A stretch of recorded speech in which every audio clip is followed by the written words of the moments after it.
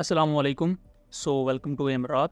दोस्तों, आज दो टॉपिक्स को हम डिस्कस करने वाले हैं और मैं कोशिश करूंगा कि टू दी पॉइंट बात रखी जाए और वीडियो को ज़्यादा लंबा ना किया जाए। पहला टॉपिक हमारा इजिप्ट में होने वाली एरियल एक्सरसाइजेज को लेकर है, जिनका नाम ब्राइट स्टार है। यहाँ इंडिया के SU-30 MKI फाइटर एयरक्राफ्ट हिस्सा ले रहे हैं और इंडियन साइड से एक साइयोप चलाया जा रहा है कि पाकिस्तान ने अपने GF-17 भेजने थे, लेकिन SU-30 से डरते हुए उन्होंने अपने थंडर्स नहीं भेजे। तो हम इसकी ज़रा रियलिटी देखेंगे कि क्या वाकई कुछ ऐसा था या नहीं। इसके बाद दूसरा टॉपिक कि एक US एयरफोर्स का heavy tactical lifter aircraft C-17 globe master वो पाकिस्तान की नूर खान बेस पर रिसेंटली उसने लैंड किया है। उसके लेकर इंडियन साइड पर भी बहुत ज़्यादा चहमगोइयाँ हो रही हैं। जो दुनिया के ऑल राउंड द वर्ल्ड ओसेंट्स हैं वो भी इस चीज़ को लेकर गेस कर रहे हैं कि ऐसा क्या हुआ है कि नूर खान एयर बेस पर पहले चाइनीज़ Y-20 लैंड किए थे कुछ हफ्ता पहले, अब अमेरिका का एक टेक्टिकल ट्रांसपोर्ट एयरक्राफ्ट आया है। तो हो क्या रहा है बेसिकली। सबसे पहले आप इस इंडियन सोर्स को देखें जो क्लेम कर रहा है कि 2025 में होने वाली ब्राइट स्टार 2025 एरियल एक्सरसाइजेज या ओवरऑल ये मिलिट्री एक्सरसाइजेज हैं। 44 कंट्रीज़ इसमें हिस्सा ले रही हैं और इनमें पाकिस्तान भी शामिल है, लेकिन पाकिस्तान का मिलिट्री डेलीगेशन है वहाँ एज अ ऑब्जर्वर, जबकि 14 कंट्रीज़ प्रॉपर अपनी 8000 के करीब फौजों और फाइटर एयरक्राफ्ट और दूसरे मिलिट्री इक्विपमेंट के साथ यहाँ आ रही हैं। इंडिया ने यहाँ अपने SU-30 MKI फाइटर एयरक्राफ्ट भेजे, जो कि रिसेंटली मई के महीने में ही एक पाकिस्तान ने शॉट डाउन भी किया है SU-30 MKI। अखनूर के एरिया में उसका मलबा गिरा, उसके मलबे की तस्वीर आप यहाँ देख सकते हैं और इंडियन मीडिया ने भी अपने चैनल्स पर इस जहाज़ का मलबा दिखाया हुआ है। SU-30 इंडिया का वर्क फोर्स है, 270 से ज़्यादा तादाद में अब इनके पास ये SU-30 मौजूद हैं। इनका सबसे बड़ा जो बेनिफिट है इंडियन एयरफोर्स को वो ब्राह्मोस मिसाइल की इंटीग्रेशन है इस पर, क्योंकि एक बहुत बड़ा एयरक्राफ्ट है, ट्विन इंजन है और ब्राह्मोस जैसा एक हैवी मिसाइल कैरी कर सकता है। इंडियन एयरफोर्स की इन्वेंट्री में कोई दूसरा एयरक्राफ्ट नहीं है जो ब्राह्मोस को कैरी कर सके। इसके साथ साथ क्लोज इन कॉम्बैट में SU-30 एक फॉर्मिडेबल थ्रेट है और बहुत ख़तरनाक चीज़ है, लेकिन जब BVR कॉम्बैट की बात आती है तो SU-30 एक इंतहाई पुअर एयरक्राफ्ट है जिसको इवन माजी में GF-17 तक ने लॉक किया हुआ है और इवन मार्का हक में पाकिस्तान ने 2025 में से शॉट डाउन किया।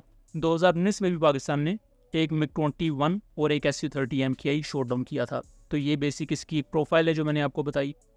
अब इंडिया का जो ये क्लेम है कि पाकिस्तान ने थंडर्स भेजने थे लेकिन SU-30 से डरते हुए नहीं भेजे, तो एयर टू एयर कॉम्बैट में SU-30 को जिस तरह इंडिया इस्तेमाल करता है वो पाकिस्तान के लिए कोई थ्रेट नहीं है। 2019 में पाकिस्तान शॉट डाउन कर चुका है, 2025 में शॉट डाउन कर चुका है और पूरी दुनिया इस चीज़ को मानती है, यहाँ तक कि फ्रांस भी मानता है कि SU-30 MKI शॉट डाउन हुआ था। उसके साथ साथ रशियन MiG-29 भी शॉट डाउन हुआ और बाकी एयरक्राफ्ट भी। बहरहाल पाकिस्तान ने 2023 में अपने GF-17 थंडर एयरक्राफ्ट को भेजा था ब्राइट स्टार 2023 एक्सरसाइजेज में, लेकिन 2025 में पाकिस्तान ने किसी भी इंटरनेशनल एक्सरसाइज में मई के बाद अपने फाइटर जेट्स नहीं भेजे।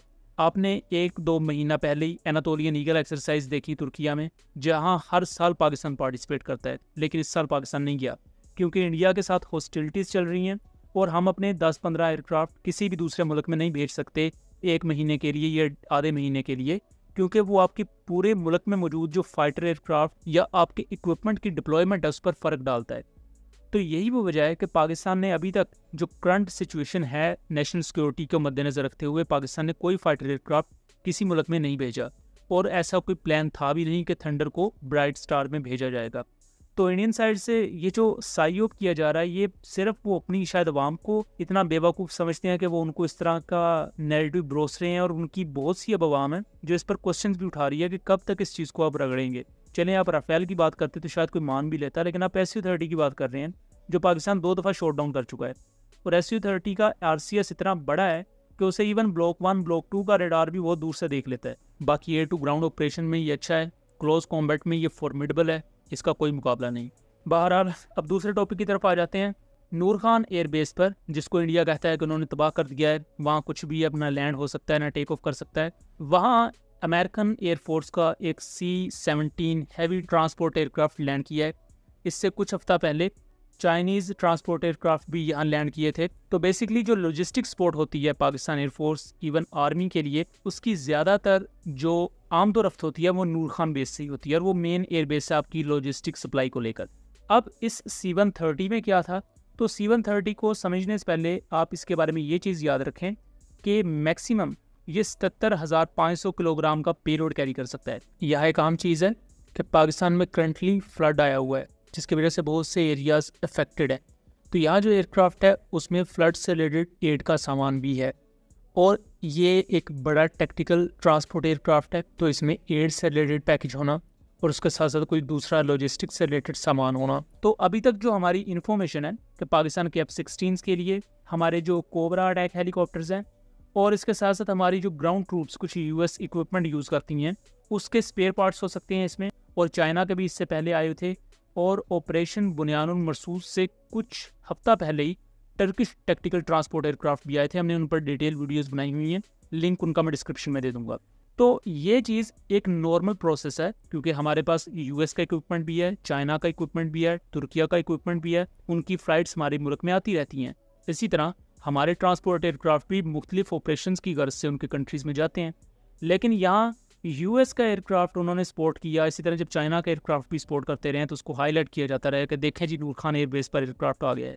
ये खुद अपने आप को एक्सपोज कर रहे हैं कि एक तरफ कहते हैं कि नूर खान एयरबेस हमने तबाह कर दिया है, दूसरी तरफ वहाँ से एयरक्राफ्ट ऑपरेट हो रहे हैं और वो एयरबेस मुकम्मल तौर पर ऑपरेशनल है। लेकिन इस पूरी चीज़ का क्रक्स ये है, तो इसमें एड से रिलेटेड पैकेज होना और उसके साथ साथ कोई दूसरा लॉजिस्टिक्स से रिलेटेड सामान होना, वो अगर दोनों इकट्ठे भी हों तो इसका किसी थर्ड कंट्री से ना कोई ताल्लुक है, ना किसी थर्ड कंट्री को हक है कि वो इस पर आकर नुक्ताचीनी करें। ये पाकिस्तान का उस पर्टिकुलर कंट्री के साथ बायलैटरल मामला है। सेम पाकिस्तान के लिए एड चाइना से या लॉजिस्टिक्स सपोर्ट अगर चाइना से आती है, तुर्की से आती है, तो वो उन कंट्रीज़ के साथ पाकिस्तान का इशू है कि ये हमारी लॉजिस्टिक सपोर्ट से रिलेटेड एक्टिविटी थी, जो कि एक नॉर्मल चीज़ है, लेकिन इसे एक अबनॉर्मल शक्ल देने की एक नाकाम कोशिश की गई। जो हमारा फ्रेंडली नेबरहुड है वो खुद ही एक्सपोज हुआ है अपने ही अल्फाज के हाथों। सो दोस्तों, ये था एक एनालिसिस। उम्मीद करता हूँ चीज़ें क्लियर रही होंगी। वीडियो पसंद आई हो तो इसे ज़्यादा से ज़्यादा शेयर कीजिएगा, ताकि इस तरह की मज़ीद इन्फॉर्मेटिव वीडियोज़ हम आपके लिए लेकर आ सकें। मिलेंगे अगली वीडियो में, तब तक के लिए अल्लाह हाफ़िज़।